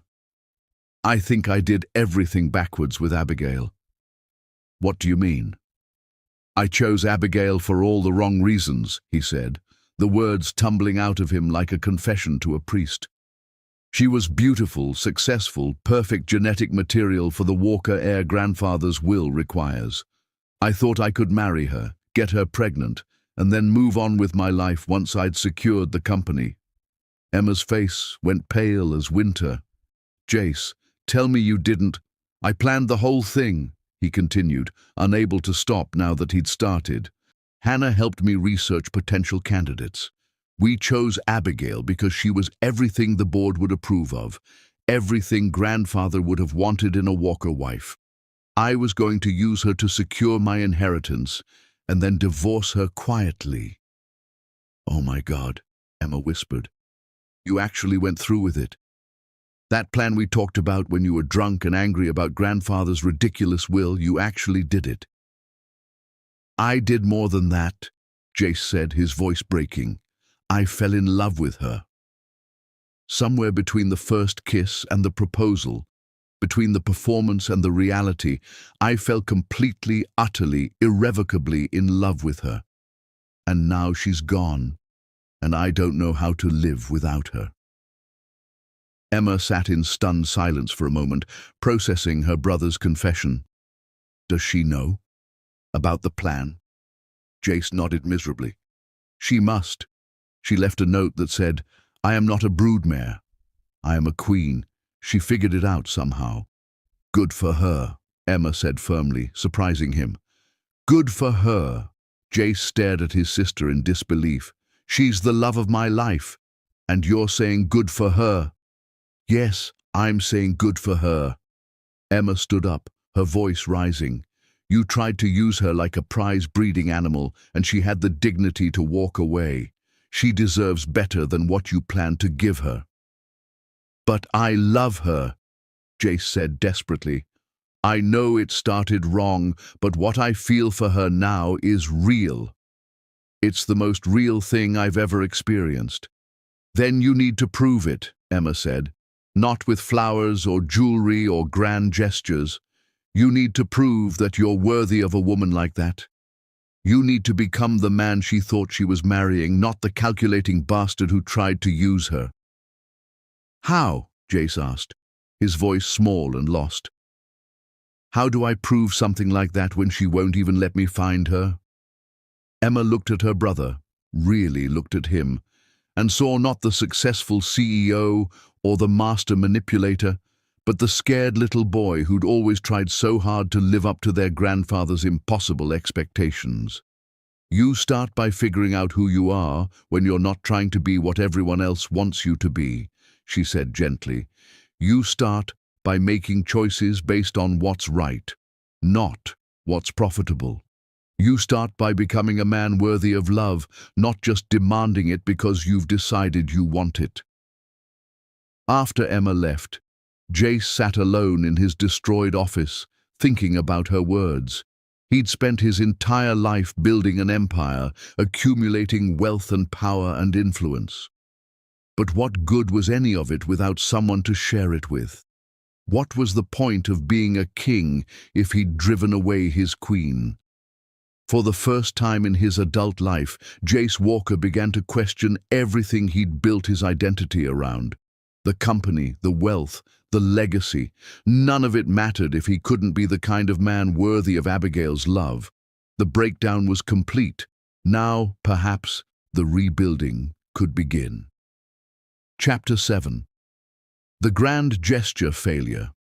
Love lost through deception cannot be reclaimed through the same weapons that destroyed it. 8 months after Abigail's disappearance, Jace Walker finally found her. Monterey Bay, California, a coastal haven where she'd established a boutique design firm specializing in sustainable, affordable housing. She was living under her own name in a weathered cottage overlooking the Pacific, constructing a new existence from the ashes of their obliterated love story. Jace stood across the street from her office, watching through the window as she worked. She looked different, leaner, her natural hair in a magnificent afro instead of the sleek styles she'd worn in New York, dressed in flowing earth tones that made her skin luminous. She looked like herself in a way she never had when she was molding herself to fit his world. She also looked peaceful, content even. The realization struck him like lightning. She was thriving without him. The woman he observed through that window wasn't pining for what she'd lost. She was flourishing in what she'd discovered. But Jace Walker hadn't built a billion-dollar empire by accepting defeat gracefully. If he'd lost her through his mistakes, he would reclaim her through his determination. The flowers started arriving on Monday. Not the expensive hothouse orchids he used to send, but wildflowers from local farms, sunflowers and daisies and lavender that filled her office with natural beauty and intoxicating fragrance. Each arrangement came with a simple card. "I'm sorry, Jay." Abigail threw them away without reading the cards after the first day. Tuesday brought a visit from a real estate agent. "Miss Peter, I have wonderful news. Someone has purchased your building and wants to gift it to you free and clear. The deed is already being transferred to your name." Abigail's stomach plummeted. "Who purchased it?" The agent's smile faltered at her expression. "I'm not supposed to say, but given your reaction, I think you already know." "Tell Mr. Walker that I don't want his building," Abigail said firmly. "Tell him I don't want anything from him." By Wednesday, every business owner on her street had received anonymous donations large enough to renovate their storefronts completely. The local elementary school received new computers and comprehensive art supplies. The women's shelter where Abigail volunteered found their mortgage mysteriously paid off in full. Abigail watched the transformation of her adopted town with mounting fury. He was buying his way back into her life by bribing everyone around her. It was manipulative, presumptuous, and exactly the kind of power play that reminded her why she'd left him in the first place. Thursday morning, she found him waiting by her car as she left for work. "Hello, Abigail." She stopped short, her breath catching despite her resolve. He looked terrible, thinner than she'd ever seen him, his usually perfect hair unkempt, his expensive clothes hanging loose on his diminished frame. But his eyes were the same brilliant blue that had made her fall in love with him in the first place. "Go away, Jace," she said, moving toward her car. "Just give me 5 minutes," he said, not moving from his position beside her driver's door. 5 minutes to explain." "Explain what?" she asked, her voice sharp with barely controlled emotion. "Explain how you plan to use me as a broodmare. Explain how our entire relationship was a business transaction. Explain how you were going to divorce me the minute I gave you a son." Jace's face crumpled. "You heard the message." "Every word," Abigail confirmed. "Every calculated, heartless word." "That's not who I am anymore," Jace said desperately. "What I felt for you, what we had together, that was real. I know it started as something else, but it became real. You have to believe me." "I don't have to believe anything," Abigail replied. "And frankly, I don't care who you are now. I care about who you were when you were planning to destroy my life." She tried to step around him, but he moved to block her path. "I love you, Abigail. I know I have no right to say that. I know I hurt you in the worst possible way. But I love you more than I've ever loved anything or anyone." "You love the idea of me," she corrected. "You love having something you can't control. But you don't love me, Jace. You never did." "That's not true." "Isn't it?" Abigail's voice rose, months of suppressed anger finally breaking free. "You don't even know who I really am. You fell in love with a version of me that I created to fit into your world. The real me eats cereal for dinner sometimes. The real me cries at dog food commercials. The real me wanted to name our first daughter Rose after my grandmother, but you probably don't even remember her name." "Rose," Jace said quietly. "Rose Margaret Peter. She raised you after your parents died, and she taught you that love should make you feel safe, not scared." Abigail's breath caught. He had been listening. He did remember. "She also taught you that a man who truly loves you will never make you question your worth," she said, her voice steadier now. "And that's exactly what you did. You made me question everything about myself, wonder if I was only valuable for what I could give you." "I was wrong," Jace said, stepping closer.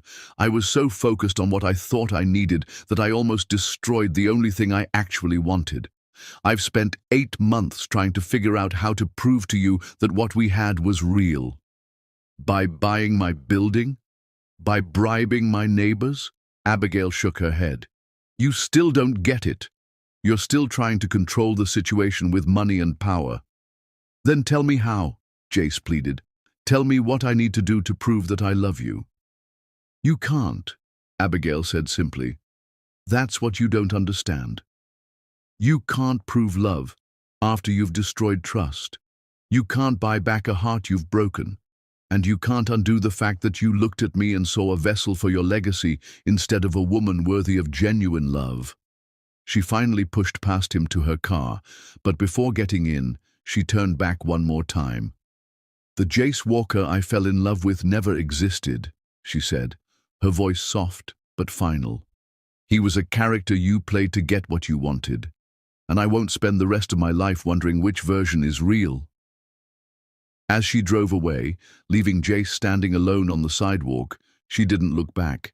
She'd built a new life here, one based on honesty and authenticity and work that mattered. She wouldn't let him buy his way back into it, no matter how convincing his performance. But as Jace watched her taillights disappear around the corner, something shifted inside him. She was right. Every gesture he'd made had been about his needs, his timeline, his desire to fix what he'd broken.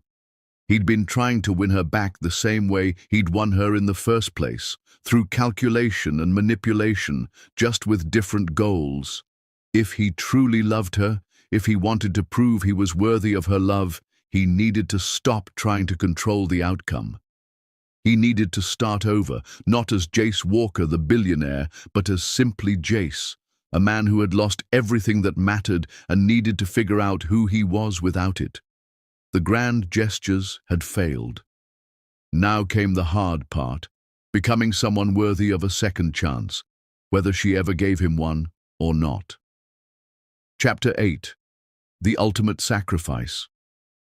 True love reveals itself not in what you're willing to do for someone, but in what you're willing to surrender. Jace Walker returned to New York City a broken man, but with clarity sharper than any he'd ever possessed. Abigail's words echoed through his mind during the entire cross-country flight. The Jace Walker I fell in love with never existed. She was absolutely right. The man she'd fallen for had been a carefully constructed persona designed to win her trust and secure his future. But somewhere in the process of performing love, he'd actually learned what it meant. Now he had to decide who he really was beneath all the wealth and power and ancestral expectations. The first thing he did was call an emergency board meeting. "Gentlemen," Jace said, standing at the head of the mahogany conference table where his grandfather's portrait still presided, watching over the empire he'd built. "I'm stepping down as CEO, effective immediately." The room erupted in chaos. Board members talked over each other, demanding explanations, threatening lawsuits, invoking clauses in his grandfather's will that would strip him of his inheritance. "Let me be crystal clear," Jace continued, his voice cutting through the noise like a blade. "I'm not selling my shares, and I'm not abandoning the company permanently. But I need time to become the kind of man who deserves to lead this organization. Richard Morrison will serve as interim CEO." Emma's husband looked shocked, but nodded his acceptance. He'd been groomed for leadership for years. He could handle the transition seamlessly. "You're making a catastrophic mistake," Patterson, the board chairman, warned. "Your grandfather's will requires you to marry and produce an heir by your 40th birthday. You have less than 2 years remaining. Walk away now, and you might not get another opportunity." "My grandfather's will requires me to secure the Walker legacy," Jace corrected. "It says nothing about what kind of man I have to be when I do it, or whether I deserve the privilege of carrying on his name." After the meeting, Jace began the systematic dismantling of his life as he'd known it. He sold the Connecticut mansion, donating 60% of the proceeds to organizations supporting women and children, keeping only enough to ensure his basic needs were met. He liquidated most of his personal investments, creating trust funds for education and healthcare in underserved communities.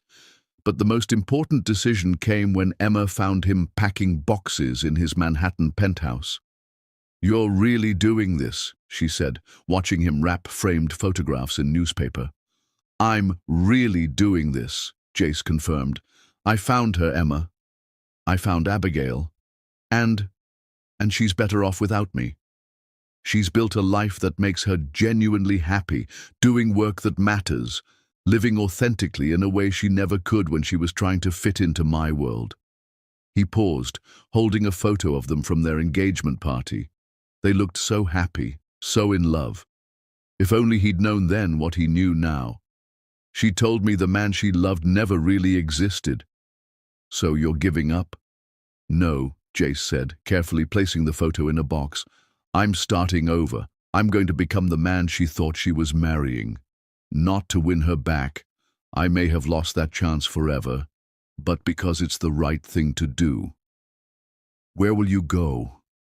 Jace smiled, the first genuine smile Emma had seen from him in months. "Monterey Bay. I'm going to learn an honest trade, contribute to the community, prove that I can create something with my hands instead of just moving money around on spreadsheets." He showed her a business card. "Morrison Construction. They're willing to take on an apprentice, even one with no experience. You do realize this is insane, right?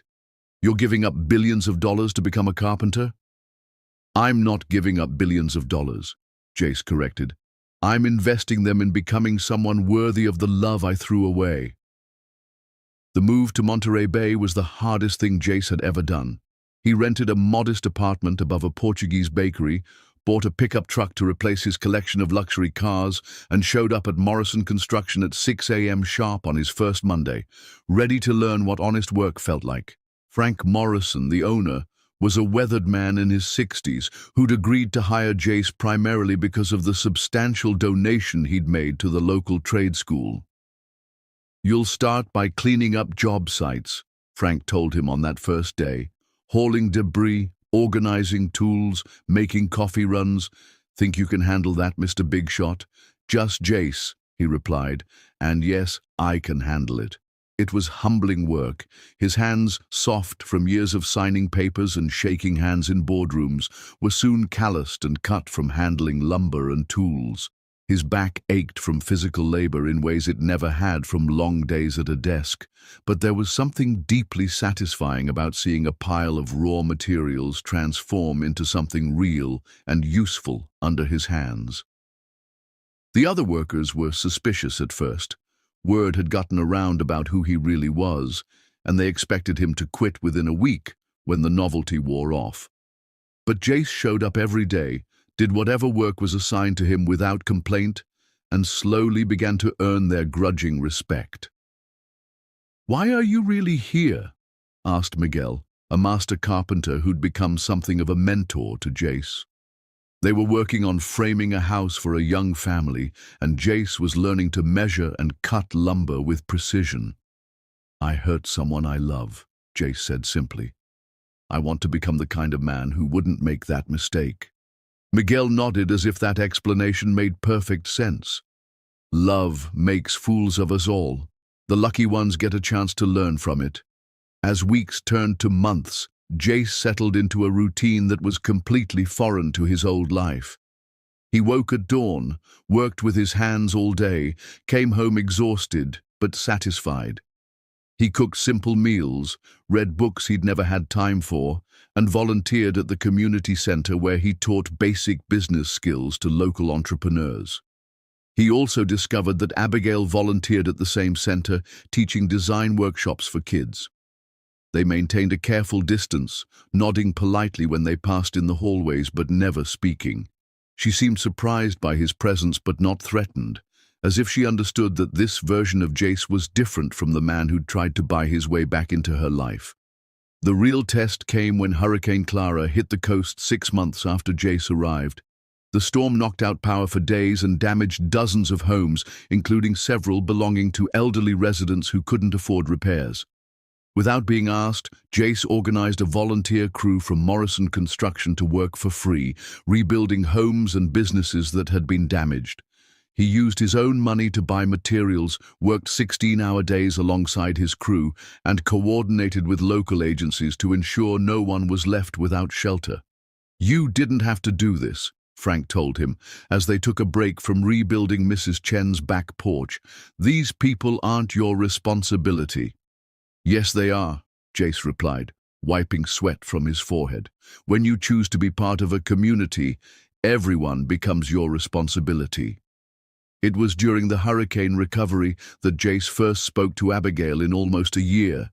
He was carrying supplies into the community center when he found her in the kitchen, making sandwiches for the volunteer workers. She looked up when he entered, and for a moment, their eyes met across the room. "Thank you," she said quietly, "for what you're doing. The whole town is talking about how you've helped." "It's what anyone would do," Jace replied, setting down the boxes of supplies. "No," Abigail said, shaking her head. "It's what a good man would do." "The question is, are you doing it because you're a good man, or because you want people to think you're a good man?" It was a fair question, one Jace had asked himself many times over the past months. 6 months ago, I would have done it because I wanted you to see me differently," he admitted. "Today, I'm doing it because Mrs. Chen reminds me of my grandmother, and Miguel has 3 kids who need a safe place to sleep." Abigail studied his face for a long moment, searching for deception or manipulation. Instead, she saw something she'd never seen before: genuine humility. "You look different," she said finally. Jace glanced down at his work clothes, his calloused hands, his sun-weathered skin. "I feel different. I feel real." "Good," Abigail said, returning to her sandwich making. "The world has enough fake people." It wasn't forgiveness, but it wasn't rejection either. It was acknowledgement that the man standing before her was not the same one who had tried to use her as a means to an end. As Jace walked back to his job site, carrying that small moment of not quite forgiveness like a treasure, he realized that winning Abigail back was no longer his primary goal. His primary goal was becoming worthy of any woman's love, hers or someone else's. The ultimate sacrifice wasn't his money or his mansion or even his company. The ultimate sacrifice was his old self, the calculating businessman who saw people as assets to be acquired and managed. That man was gone forever. The question now was whether the man he was becoming would be enough to earn a second chance at love. Chapter 9. Walls Coming Down. Forgiveness is not a destination. It is a bridge constructed one honest conversation at a time. The first time Abigail Peter spoke to Jace Walker, really spoke to him, not just polite exchanges in passing, was on a Tuesday morning in March, exactly 1 year after she'd fled New York with nothing but a broken heart and unshakable determination to rebuild her life. She found him sitting on the bench outside the community center at 6 a.m., looking exhausted and holding an ice pack to his left hand. "Are you hurt?" she asked, surprising herself by stopping instead of walking past. Jace looked up, clearly startled to see her. Over the past year, they'd developed an unspoken understanding, polite acknowledgement, careful distance, mutual respect for the invisible boundaries between them. "Table saw disagreed with my measuring," he said, holding up his bandaged hand. "Frank sent me home early, said I was too tired to be safe around power tools." "You've been working double shifts again," Abigail observed. It wasn't a question. The whole town knew that Jace had been practically living at job sites since the Henderson family lost their home in a fire 3 weeks earlier. "They need a place to live," Jace said simply. "Their insurance won't cover temporary housing, and the kids need stability while they're dealing with the trauma of losing everything they owned." "So you're rebuilding their house for free and paying for their hotel room?" Abigail said. Again, not a question. Word traveled fast in a small town, and Jace's quiet generosity had become legendary among the locals. Jace shrugged. "I have the money. They have the need. It's not complicated." "It's also not your responsibility," Abigail pointed out, echoing what she'd heard others say around town. Some people were suspicious of Jace's generosity, wondering what his angle was, what he expected in return. "Whose responsibility is it then?" Jace asked, genuine curiosity in his voice. "The government that won't expand affordable housing programs? The insurance company that's looking for any excuse to deny claims? The community that's already struggling to take care of its own?" Abigail sat down on the other end of the bench, maintaining distance but accepting the conversation. "You sound like you've given this a lot of thought." "I've had a lot of time to think over the past year," Jace said, "about responsibility, about community, about what it means to actually contribute to the world instead of just extracting profit from it." They sat in comfortable silence for a moment, watching the town wake up around them. Abigail found herself studying Jace's profile, noting the changes a year of physical labor had made. His face was leaner, weathered by sun and wind. His hands were scarred and calloused. His posture was different too, less rigid, more relaxed, like he'd finally learned to inhabit his own body. "Why did you really come here?" she asked suddenly. Jace was quiet for so long that she thought he might not answer. When he finally spoke, his voice was soft and honest. "Because you were here. Because I thought if I could prove I'd changed, if I could become the man you thought you were marrying, maybe you'd give me another chance. And now? Now, I think I came here for me, to figure out who I actually am when I'm not trying to live up to someone else's expectations or manipulate someone into loving me." He turned to look at her, his blue eyes clear and direct. "I'm not the same person who hurt you, Abigail, but I'm also not trying to win you back anymore." "Why not?" The question surprised her even as she asked it. "Because I finally understand what you meant when you said the man you fell in love with never existed," Jace replied. "That man was a performance, carefully crafted to get what I wanted.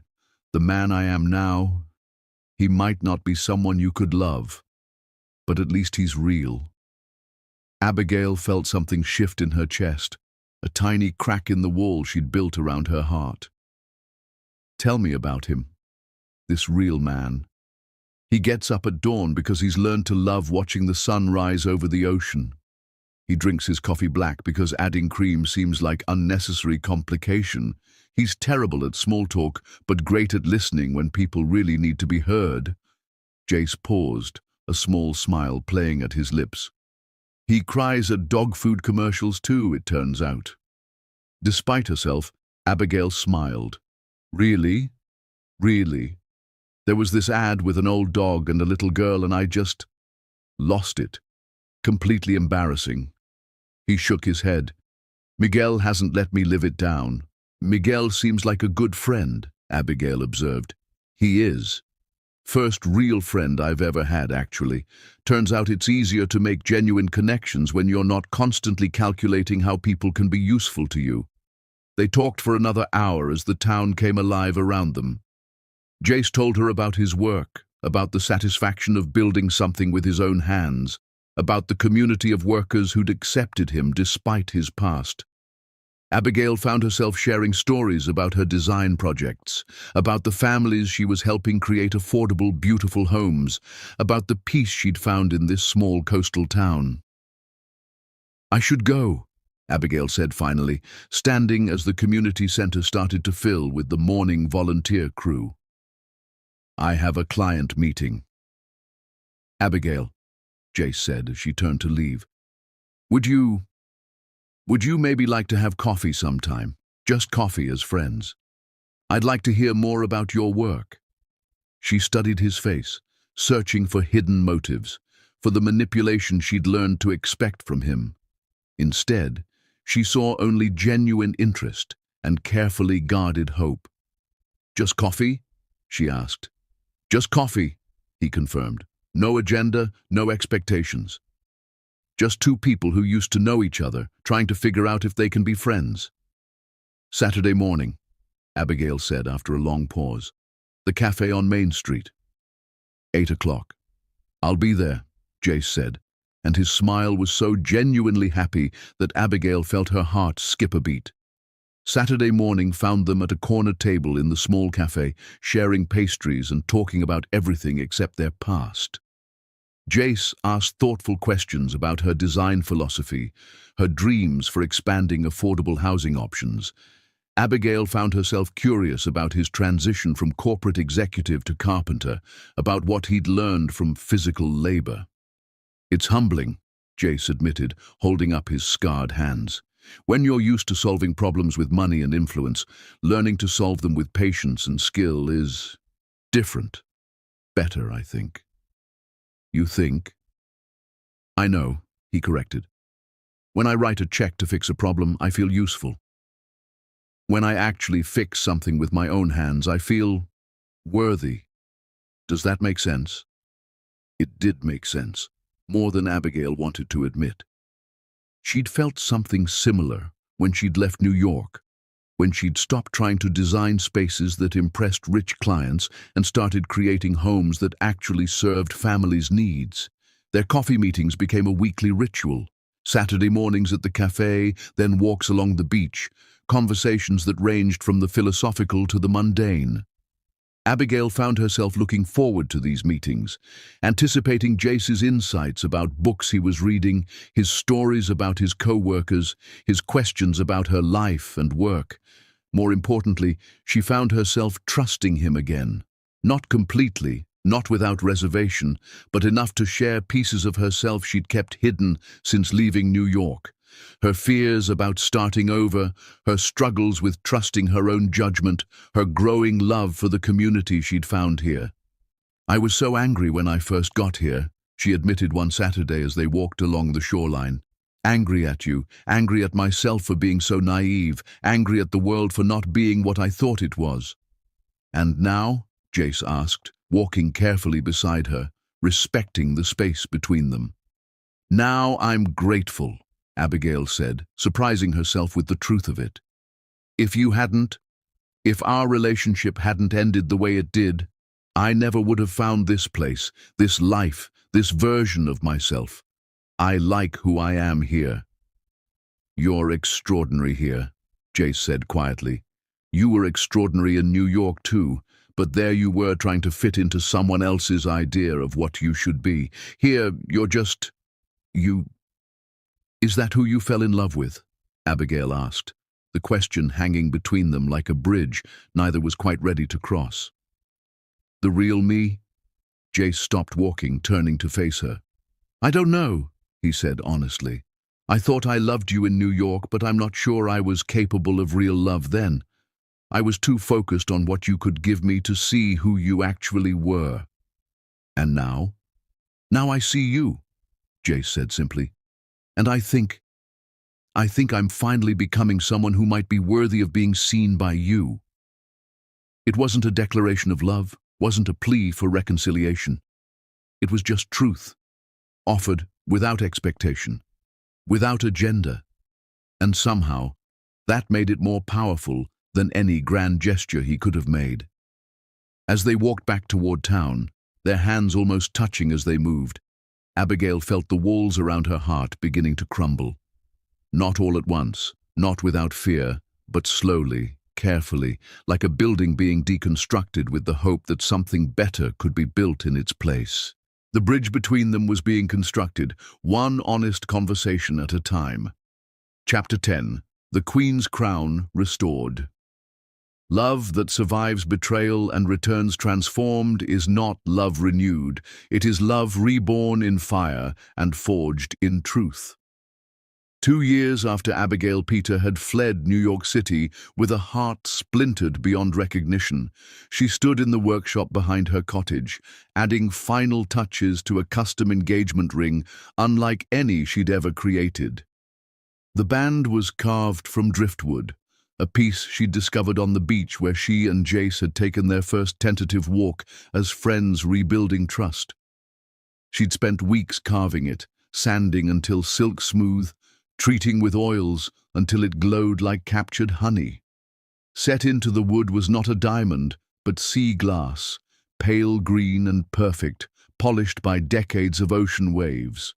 It was a ring for a proposal that might never come, crafted by hands that had learned to hope again despite their hard-earned caution.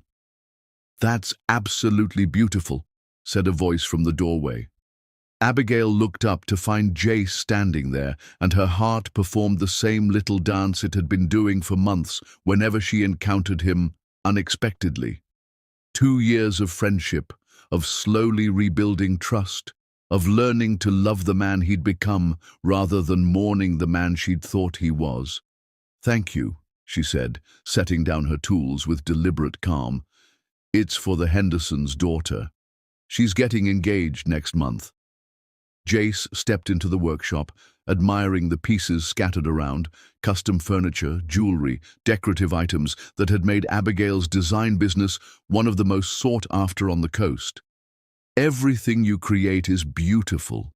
You have a gift for taking broken things and transforming them into something better than they were before." "I had an excellent teacher," Abigail said, meeting his eyes. "Heartbreak is an extraordinary instructor in the art of reconstruction." They'd been dancing around each other for months now, their friendship deepening into something that felt like love, but remained unspoken. Coffee dates had evolved into dinner dates, which had become long evening walks, which had become quiet nights reading together on her porch, while ocean waves provided nature's soundtrack. But neither had been brave enough to name what was growing between them. "Abigail," Jace said, his voice suddenly serious, "I need to tell you something." She looked up at him, noting the nervous energy in his posture, the way he was fidgeting with something in his pocket. "What is it?" "I'm leaving Monterey Bay." The words struck her like physical blows. After 2 years of carefully rebuilding their connection, after learning to trust him again, after allowing herself to hope, he was leaving.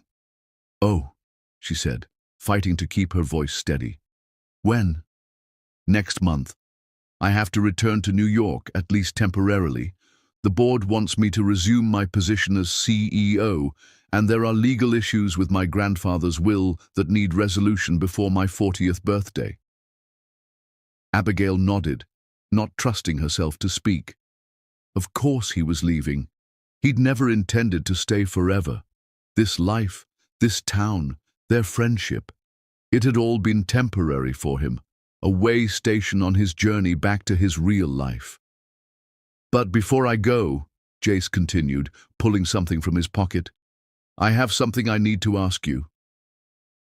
He knelt down right there in her workshop, among the wood shavings and half-finished projects, holding something in his hands that made Abigail's breath catch in her throat. It was a ring, not the massive diamond he'd proposed with before, but something simple and perfect. A thin band of silver that looked hand-forged, set with a small stone that caught the light like captured starfire. This isn't the same proposal I made 2 years ago, Jace said, his voice steady, despite the emotion blazing in his eyes. That was about what I needed from you. This is about what I want to give you. Jace, let me finish, he said gently. I love you, Abigail. Not the version of you that I tried to mold to fit my life, but the woman you actually are. I love your strength, your creativity, your ability to see beauty in broken things. I love that you eat cereal for dinner and cry at dog food commercials and believe that everyone deserves a beautiful home. Tears were streaming down Abigail's face now, but she didn't interrupt. I love that you took the worst thing that ever happened to you and used it to build a life that matters, Jace continued. I love that you taught me what it means to be part of a community, to contribute instead of just consume. I love that you gave me the chance to become someone worthy of your friendship, even when I didn't deserve it. He held up the ring, and Abigail could see that it was engraved with tiny words around the band. For my queen, with my whole heart. I'm not asking you to come back to New York with me, Jace said. I'm not asking you to give up the life you've built here. I'm asking if you'll let me stay in Monterey Bay and build a life with you. I'm asking if you'll marry me, not because I need you to secure my future, but because I can't imagine my future without you in it. Abigail stared at him, this man who had broken her heart so completely that she'd had to rebuild herself from scratch. This man who had then spent 2 years proving that he was worthy of her trust again. This man who was offering to give up his empire to share her simple life by the sea. What about Walker Technologies, she asked. What about your grandfather's will? I'm transferring my controlling shares to Emma and Richard, Jace said. They'll run the company better than I ever did. As for my grandfather's will, well, it requires me to marry and have children to maintain the family legacy. I'd rather create my own legacy, with you, if you'll have me.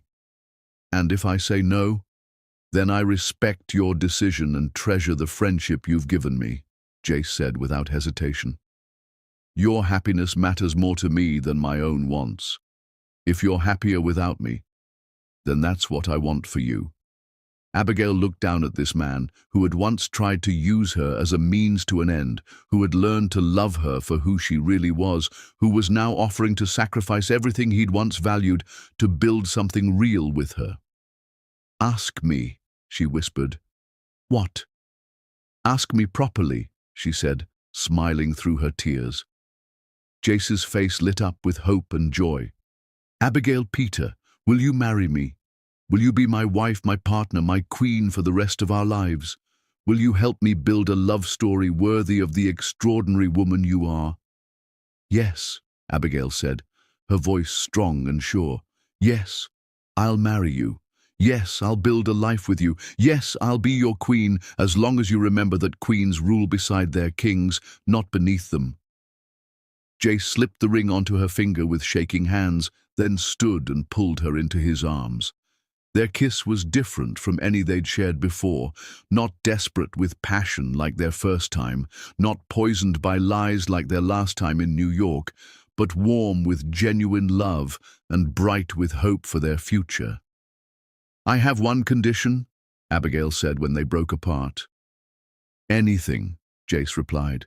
We're having a long engagement. At least a year. I want to be absolutely sure that the man I'm marrying is the man I'll be married to, not another performance that will disappear after the honeymoon.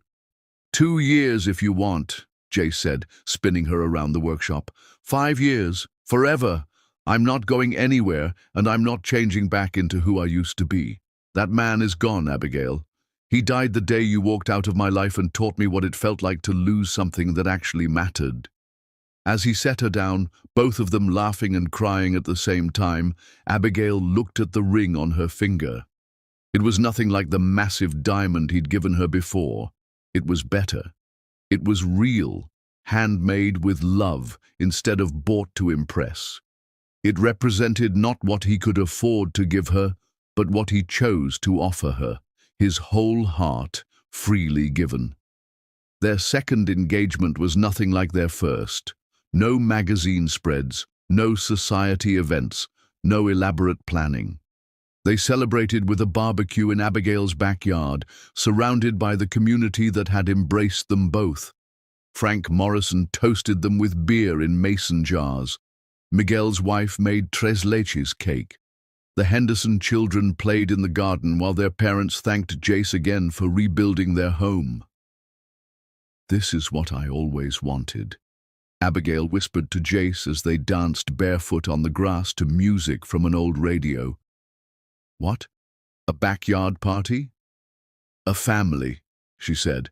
Not just you and me, but this whole community. People who love us for who we are, not what we can do for them. Speaking of family, Jace said, pulling back to look at her, I should probably mention that Emma is flying out next week. She wants to meet the woman who taught her brother how to be human. And I should probably mention that I want children, Abigail said. Real children, wanted and loved and cherished, not heirs to secure an inheritance. How many children? Jace asked, echoing a conversation they'd had in another life, in another version of their love story. As many as we're blessed with, Abigail replied. Boys, girls, adopted, biological, I don't care. I just want to fill this house with love and laughter and the kind of chaos that comes from a family that actually chooses each other every day. That sounds perfect, Jace said, spinning her again under the string lights they'd hung in the trees. Absolutely perfect. The following week brought an unexpected visitor. Hannah Williams arrived in Monterey Bay without warning, appearing at Abigail's door on a Tuesday evening, looking nervous and contrite. I know you have no reason to see me, Hannah said when Abigail answered the door, but I need to say something. Against her better judgment, Abigail invited her in. Hannah looked different, softer somehow, less sharp around the edges. She was wearing a simple wedding ring that Abigail hadn't seen before. I got married 6 months ago, Hannah said, following Abigail's gaze, to a man who loves me for who I am, not what I can give him. It made me realize how wrong I was about everything. What do you want, Hannah? I want to apologize, not just for my part in what Jace did to you, but for how I thought about you, about love, about what people deserve. Hannah's voice was quiet, sincere. I convinced myself that you were just a gold digger, that you didn't really love him. It made it easier to justify what we were planning. And now? Now I know that you were the only real thing in his life, Hannah said. Watching him fall apart after you left, seeing him give up everything to try to become worthy of you again, I realized that what you two had was what I'd been looking for my whole life. They talked for an hour. Two women who had been on opposite sides of a terrible plan, finding unexpected understanding in each other's stories. When Hannah left, she hugged Abigail goodbye. Take care of him, she said. He's finally become the man you thought you were marrying. 2 years later, on a cliff overlooking the Pacific Ocean, Abigail Peter married Jace Walker in a ceremony that was everything their first planned wedding hadn't been. Simple, authentic, focused on the promises they were making rather than the spectacle they were creating. Emma served as matron of honor, tears streaming down her face as she watched her brother marry a woman who had saved his soul. Marcus walked Abigail down the aisle, whispering that her grandmother Rose would be proud of the queen she'd become. They exchanged vows they'd written themselves, promises that were raw and honest and real. "I promise to love you not for what you can give me, but for who you are," Jace said, his voice carrying across the small gathering. "I promise to choose you every day, not because I need you, but because I want to build a life alongside the most extraordinary woman I've ever known. I promise to be worthy of the gift of your love and to never take it for granted again."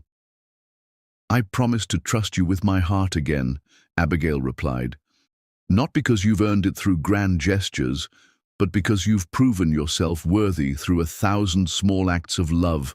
I promise to be your queen, your partner, your equal in all things. I promise to build with you a love that's stronger for having survived its breaking."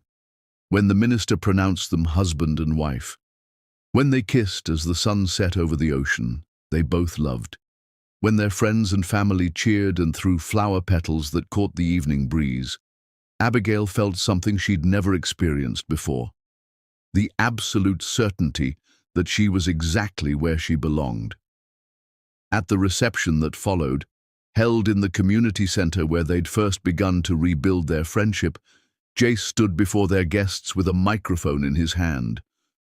"2 years ago," he said, his voice strong and clear, "I made the worst mistake of my life. I let pride and greed and family expectations convince me to treat the woman I loved like a business transaction. When she discovered the truth, she left me, and I deserved every moment of the pain that followed." The room fell silent. Abigail looked at him with surprise. They hadn't discussed this. "Today I want to say publicly what I should have said then," Jace continued, his eyes finding Abigail's across the room. "Hannah Williams was never my choice. She was a business arrangement, a partnership I mistook for love.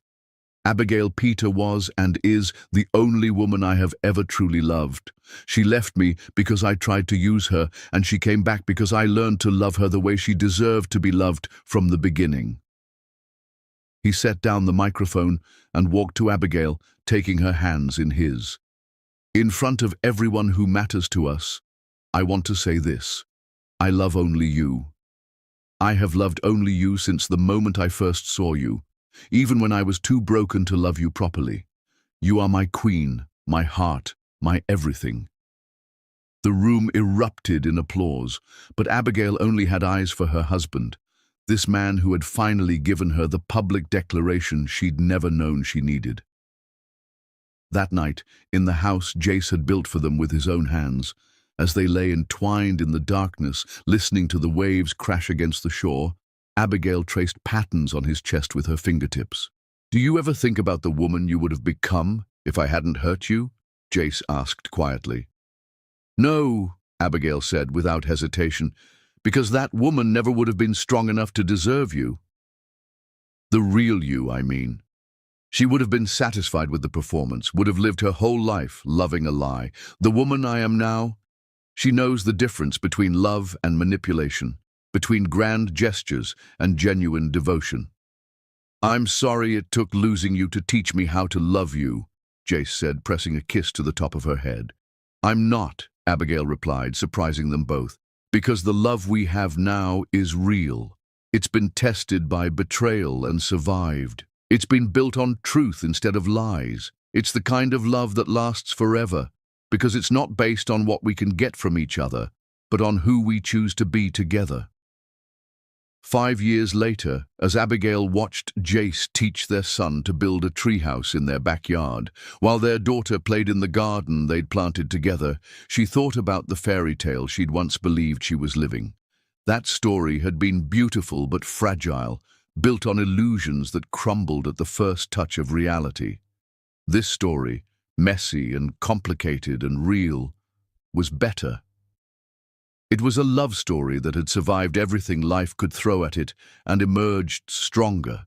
It was the kind of love that Grandmother Rose had always said was worth waiting for, love that made you feel safe and brave and worthy all at once. The Queen had reclaimed her crown, but more importantly, she'd found her king. And together, they were building an empire, not of wealth and power, but of love and family and community. It was, Abigail thought, as Jace caught her eye across the yard and smiled the smile he reserved just for her, the greatest love story ever told. Not because it was perfect from the beginning, but because it had been broken and rebuilt with truth. Not because it was easy, but because they had both chosen to become worthy of it. Not because they never faced challenges, but because they had learned to face them together. Their love story wasn't about a billionaire and his perfect fiancé. It wasn't about grand gestures and fairy tale moments. It was about two people who had lost each other and found themselves in the process. It was about a woman who had learned she was a queen and a man who had discovered what it truly meant to be worthy of royalty. As their children's laughter filled the air and the Pacific Ocean stretched endlessly before them, Abigail Peter Walker knew with absolute certainty that she was living the greatest love story ever told, not because it was written for her, but because she had helped write it herself. And it was indeed the most beautiful ending she could have ever imagined.